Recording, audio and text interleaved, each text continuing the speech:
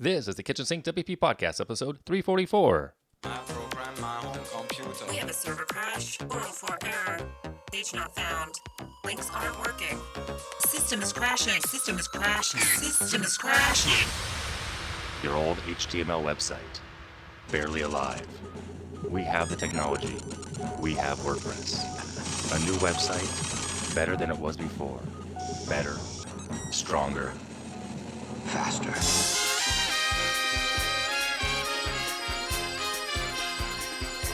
We have the technology.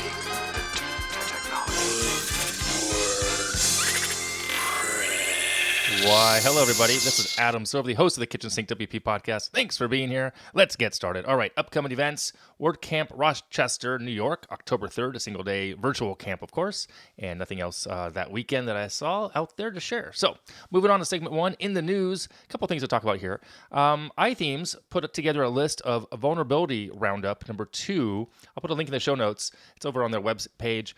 It's about all the different plugins and things that have vulnerabilities. And I guess it's part 2, so there's also a part 1. And it is crazy how many things are out there that actually have some vulnerabilities. And we're going to talk about that a little bit more here in the meat and potatoes in a second. But check that out. That is one piece of news I wanted to share. Also, Tessa Krisel, a friend of mine, she is doing something new as well. She's doing the developermindset.com. She's trying to help people get into that space. She's a developer herself. She's brilliant. She's awesome. Check it out over there at the developermindset.com. And finally, in the news, I just checked it out. WordPress 5.6 is on track for release on December 8th, 2020. That is in... We're almost October. Just over 2 months. Yeah. So check that out.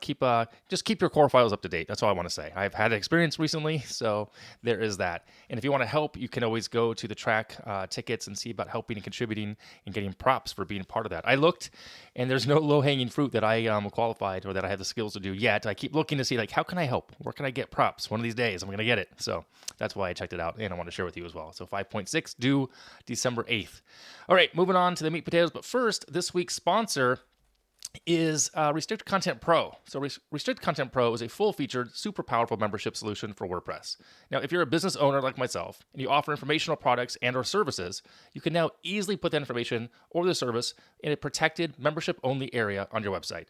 With built-in integrations, you can accept credit cards with Stripe, Braintree, Authorize.net, PayPal, and others, or you can accept all of them at the same time, not just one. You can put them all there at the same time. If you're looking to connect to an email provider as well, not a problem. Restrict Content Pro also integrates with MailChimp, ActiveCampaign, Aweber, ConvertKit, etc. And if you're looking for reports and member management, done. It is built in. It's awesome. So, like I said, Restrict Content Pro is a super easy way to set things up, configure for membership, an amazing and extensive help library in case you do need help for guidance in getting things going. But you won't, because it's really simple. It's really cool, and it's an awesome product and a plugin. So prices start at $99 for a single site, and listeners of this podcast get 25% off. That's right, 25% off if you use a discount code SYNCWP over at checkout. So head over to restrictcontentpro.com. Thanks again for sponsoring this week's episode. And like I said, go check them out. All right, moving on. Segment 2. The meat and potatoes of this week's episode, Google Search Console. What's it for? What do you want it for? So, as you might remember, 3 weeks back, I recently had a server hack.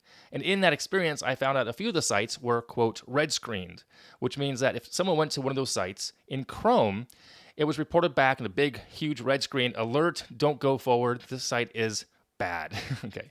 And that's never anything good. That's always depressing and sad and stressful. It happened on adamsilver.com. I'll share with you right there. That was one of them. And based on that, I got a notice saying, hey, this has been reported bad. I headed over and logged into Google Search Console, and I found out that, quote, they had proved ownership of my domain, they being the bad people. They'd added a Google file to my directory. No bueno, not good, and frustrating. Okay, it's like, how did they do it? Who knows? So, what is Google Search Console? What do you need it for? Well, first and foremost, it used to be known as Google Webmaster Tools. It's changed names. It's a free service, and it shows how Google indexes and adds your website to the Google search results. And there's a lot you can do in there. And in digging in, there are a ton of things you can do there. So I want to share with you, I think it's about 3 or 4 things, about 3 things here that you should really do with your WordPress website, or any other website for that matter, but let's say WordPress because that's where we focus on, and Google Search Console. First and foremost, you should own your site. Okay, you want to remove anyone who may have snuck in. So you're going to go to search console, which is at search.google.com, or just Google it. Log into your Google account because you have to have one of those first and foremost. And you want to verify that you own it. And there's 4 different ways to verify. It's in the settings area, lower left corner of the dashboard that they give you, and it's ownership verification. You can upload a file to your website via FTP, and they give you that file. You can add an HTML tag to the website. You can add a text record on the registrar, or you can do Google Tag Manager. So my favorite right now is the text record on the registrar, because ideally, your registrar and your hosting may be different places and different passwords and different usernames. See my point here? I've gone in and changed all this information. Now, if you upload a file to your website via FTP, then you click, it's there, it shows ownership. And that's how they did it for my adamsilver.com site, was they had access to my directory, and they put in a file, and it showed that they owned it. And then they can go do other stuff with it. They can do links and backlinks, and it was not pretty. So, first and foremost, you definitely want to verify that you own it and remove anyone who doesn't own it. And the only way to remove people is to remove that file if they've added the file. Okay, so I really like the text record on the registrar. I find it a little bit more secure, in my opinion, at the moment. So, okay, that's number one thing you want to do. The second thing you want to do is you want to, once the site is clean of any malware, you want to resubmit it for indexing to Google. You can find that area in the security. First and foremost, you want to see, is it clean? So there's a security, manual or security area, and it'll tell you any security issues you may have. And from there, you can go ahead and review those, deal with them, and report back to Google Search Console accordingly, like what you did, and resubmit for indexing. And it could take a few tries. It may take 2 or 3 days for them to get back to you. They may give you a reason, not a reason. It takes a little bit of digging. It took a while, about a week for my site to get cleared off. And then third thing you need to do here, which I want to mention here to you, is remove bad URLs from the caching of Google, how they do the search indexing. So it's located again on the dashboard under index and then in the removals area. There were about 14 that were showing up on my site as a result of the hack. I submitted each one of them as a separate URL in the remove caching, not temporary. Don't remove temporary. You don't want them to come back. Just remove for good. And I did the whole link. You could do the link. You could just do like part of the link, like the URL that, and maybe a subdirectory, something like that. I did the whole thing. I copied and pasted them 14 times. It was fine. And then they were taken care of in about 48 hours. I went back and checked.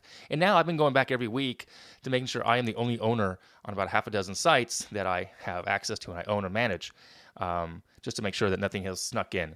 I'm pretty confident now that that's okay because of what I've done with my hosting and registrar and the management. So they at this moment cannot get into my directory because I've changed all those FTP, SFTP, cPanel. Everything's been so uniquely scrubbed.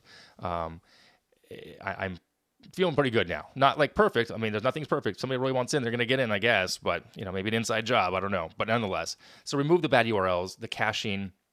And that's what you can do as well. So, of course, there are many more things you can do inside the dashboard. You can research how people see your site. You can do site maps, core vitals. You could spend hours, and I have, inside of the Google Search Console dashboard. It's fascinating, kind of like Google Analytics. You can also connect Search Console to your Google Analytics account as well. I haven't done that yet, but you can really spend a lot of time and go down that rabbit hole, learn things, do things there, become an expert if you want. I would just, at a bare minimum, lock down the site ownership. Make sure you don't have any other outdated bad links, caches, etc.